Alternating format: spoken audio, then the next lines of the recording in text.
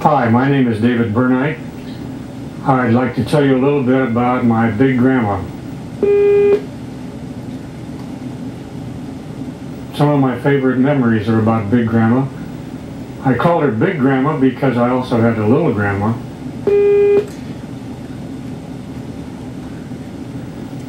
Big grandma wasn't fat, she was just big.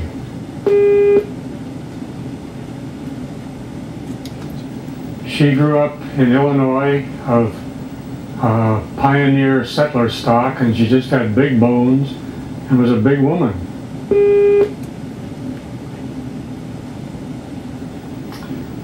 When my mother was 13, Grandpa died, and so Grandma took over and went to work and raised all 3 children herself.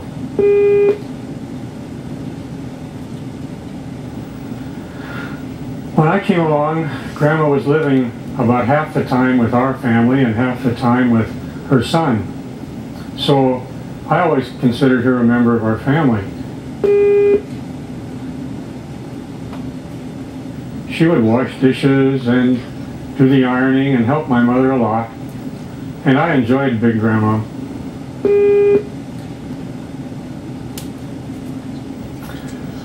We had a cabin up in the mountains, and we'd go up every June, and Grandma would go with us.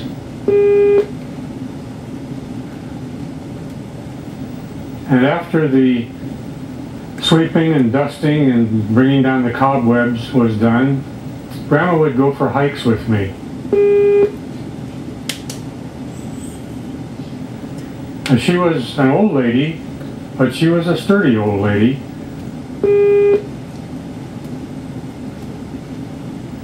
She always took along a big walking stick, and she told me that it was to kill rattlesnakes with.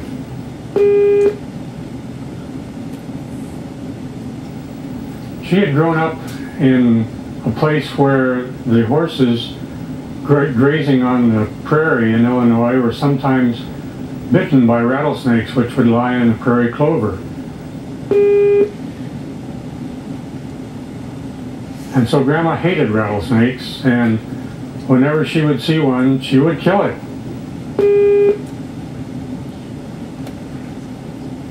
And as a matter of fact, when we'd find one on our hikes on the trail, Grandma would beat its head off with her walking stick.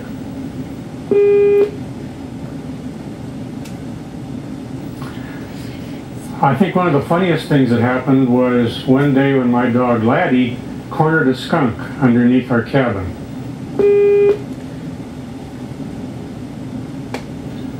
Wow, what a smell that was! But Grandma was not even concerned.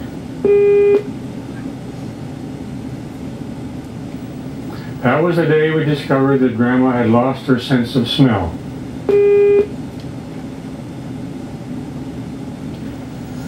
And as a matter of fact, now we understood why she'd been complaining lately that food just didn't taste as good as it used to. Because when your sense of smell goes, you lose your sense of taste too.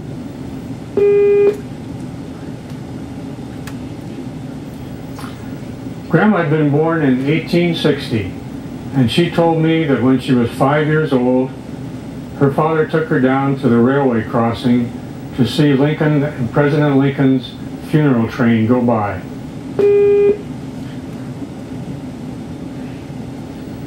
To have that kind of living contact with our nation's history always thrilled me when I thought about it.